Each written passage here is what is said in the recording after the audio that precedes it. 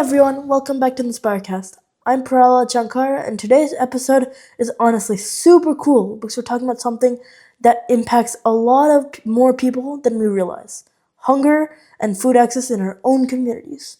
Like, we go to school, play sports, and hang out with friends, and we assume that everyone around us is doing okay. Well, in truth, that's not the case. A lot of families are quietly struggling to get enough food every day, and most of us don't even notice. And that's why I'm so excited to have this conversation. In episode 6 of the INSPIREcast, I'm talking with Srijan Chakraborty, who is working with the Hunger Intervention Program, an organization doing amazing work to fight food insecurity and support families right here in this community. From providing meals to kids and seniors to creating programs that make sure everyone has consistent access to healthy food. Their work is making a real everyday impact. What I love about this episode is that it's not just a problem, it's what we can do. How can youth get involved? How can small actions turn into something bigger? And how do organizations like this really make a difference behind the scenes? This conversation really made me think differently about what's happening around me, and how even small efforts can take someone a big way. I hope this episode opens your eyes as much as it did for me. Let's get into it. Hi, how's your day been going? Pretty good. So I heard you biked from Seattle to Portland. How was it? Oh, that was a long time back. Yes, I have done that and it was great. It's always nice to bike with friends and doing it for a good cause. So it was good. I can't imagine biking that long. So I want to start with your journey because it's really interesting. So you worked for Microsoft for 9 years. What made you take the leap into the social service sector? Good question. So when I was working at Microsoft, I was also volunteering for different organizations, including ASHA for education and few others agencies. Sometimes I used to volunteer so many hours that some of my friends would tease me that I'm in Microsoft Fellowship for ASHA. So yeah, slowly as I started getting into more nonprofit work, it seemed I realized my heart is there more than at my Microsoft job, and that felt more fulfilling. So at some point I decided, okay, I think I need to take the leap. And thankfully my wife was very supportive. Without that, I wouldn't have done that probably. So yeah, ended up leaving my career in Microsoft and jumping into nonprofit. Yeah, do you ever miss working at Microsoft? I do not. I think many people think, I had that question people asked also earlier, like, no, I do not miss Microsoft whatsoever. I miss some of the people I used to work with, maybe some of the other perks here and there, but by and large, I find so much more meaning and fulfillment in my work that I do not miss Microsoft.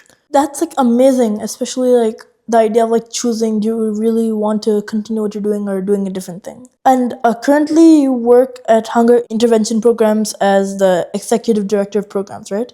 I'm at the Executive Director of Operations. Operations, yeah. Mm-hmm. So what do you do in Hunger Intervention? So when I started, that was almost more than 10 years back.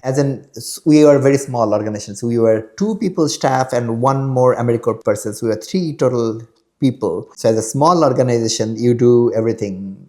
So whether it's fundraising, it is just general reporting, documentation, working with volunteers, volunteer management, donor management, and if needed, washing dishes or mopping the kitchen. So all of that. So, and then slowly we grew. Now, as I said, we are at 11 staff plus few other members, 13 people. So my job has slowly shifted. I think I'm a little more directly for operations like fundraising, development, volunteer management, donor relationships, general strategic planning, all of that. Well, you seem to do a lot. It's amazing how your nonprofit has grown over the years. So you work closely with communities through the Hunger Intervention Programs. That is right. So how do you make hunger interventions vision of nutritious food for everyone a reality? I wish we could make it a reality for everyone. That's quite not true. So the way we do is we try to be as productive as we can in terms of given our resources, making the meals, getting it to people, especially people who need it the most, making the meals more nutritious, making the meals more culturally relevant, things that people are used to eating, that people feel good eating. And we try our best. We try to stretch ourselves as much as we can. We realize that hunger is a systemic issue and we are not going to end hunger by just giving people food. So it is a band-aid. Sometimes we need band-aids. Yeah, so Hunger Intervention Programs runs a ton of different programs, right? That's true. So what programs program do you feel made the biggest impact? That is really hard to say. I think all programs are important. I wouldn't choose one over the other. There are different programs have different purposes. So we have, for example, we have a meal program for seniors, and many seniors who can't cook or can't leave their homes or are not able to go to do the groceries, or even like they may not have the technical know-how to order stuff online.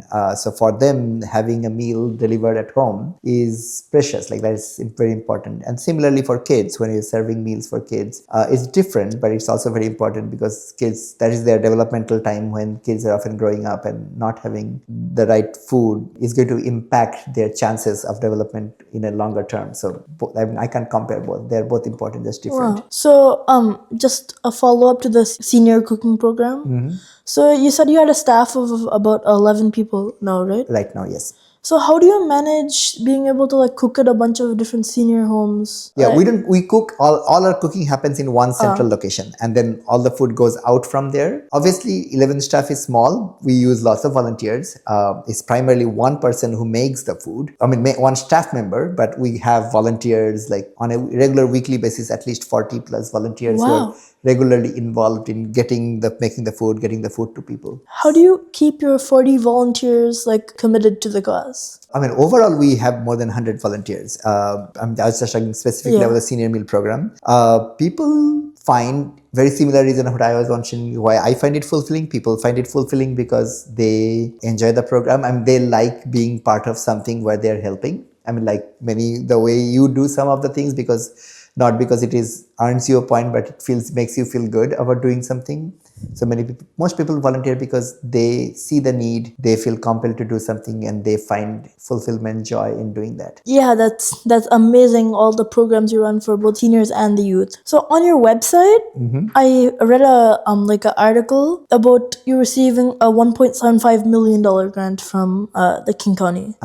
So could you tell more about like the application process, how you felt when you like received it, and how you're going to use it? That one is probably not the best example in terms of our application process, because we actually did not write a grant for that one. That one was part of the budgeting process, and then we have had good relationship with some of the King County council members for a long time, especially council member Rod Dembowski, who has been supportive of our program for many years. And so it came through more of a conversation, and because of his commitment as opposed to like writing a grant. So how did you feel about receiving that donation? That's wonderful. I mean, this is great. We need that, and we need a lot more. That is only, I mean, for a capital campaign that we are imagining, we are just very early process. The overall process can take anywhere between $8 to $16 million. Wow. So this is a great first step, and we feel very good to have, are very fortunate to have that money, and we'll need a lot more work to get there. So what is that program you mentioned that is getting funded by donation? Everything we do is funded by donations, either from individuals or foundations or government. What I meant was the $1.75 million donation. You said that was used towards a certain... That will be used to, that's a capital grant. So which means it will be used towards either building something new like a facility, or renovating something significantly. Okay, thank you. So another article I read on your website was about the hunger interventions, like advocacy for anti-hunger legislation. So like what changes are you looking to achieve? So as I was mentioning earlier, hunger is not like people's fault. It's a policy failure in many ways. Like we don't have the right policy. We have enough food in this country and in this state. We have enough money in this state, in this country. We have too much money, a lot more money than we need to solve hunger. But it is the public policies that are not effective in addressing hunger. So when you're talking about public policies, it could be like, I mean, there are some at the state level, some federal level, some the city level. Federal level, for example, what's commonly known as food stamps, but are officially known as SNAP, or Supplemental Nutrition Assistance Program, like making sure we have funding for that program, making sure we have funding for other programs called WIC, which is the Women and Children, which actually was recently cut. or at least there is a proposal to cut that run. So those are the policy choices that the government can make in solving hunger. So we advocate for making sure there is enough money that goes into solutions that address hunger. So on the website I also read something about Hunger Action Day. So Right. what is it? Like what do you do on Hunger Action Day? So Hunger Action Day is our lobby day for anti-hunger advocacy for the state of Washington.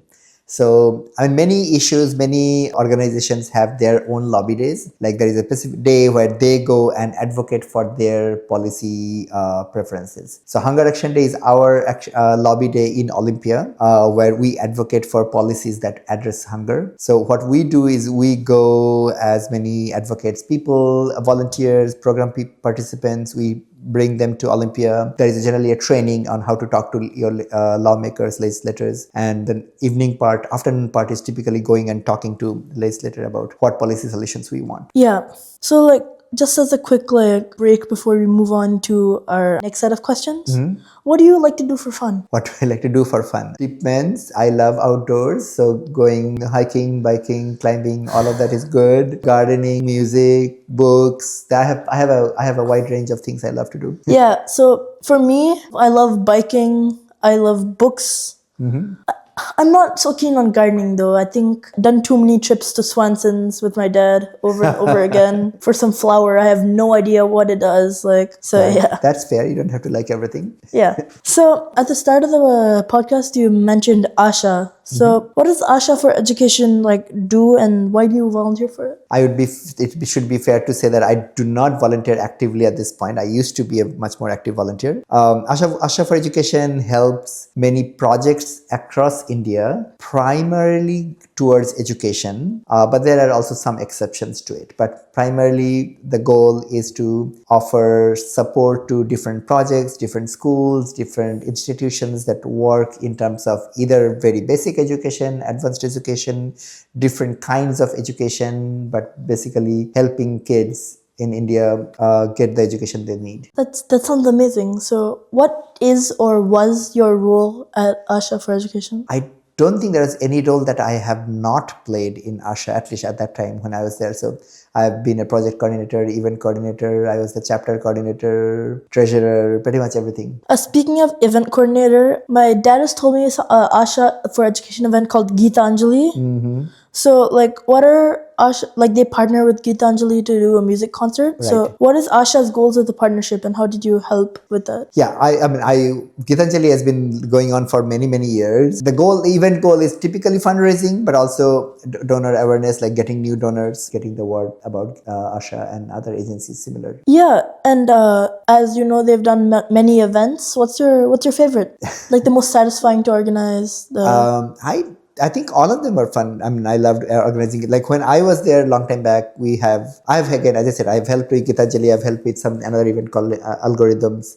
I've helped with our bike rides, as you mentioned, about the STP bike rides and climbing, all of that. So I've enjoyed all of that. Wow, that seems amazing. You've done all of these amazing things for the community. And just for our audience who are mainly children, what can a child do to make a change, and how can you inspire them to do so? Oh, what can a child do?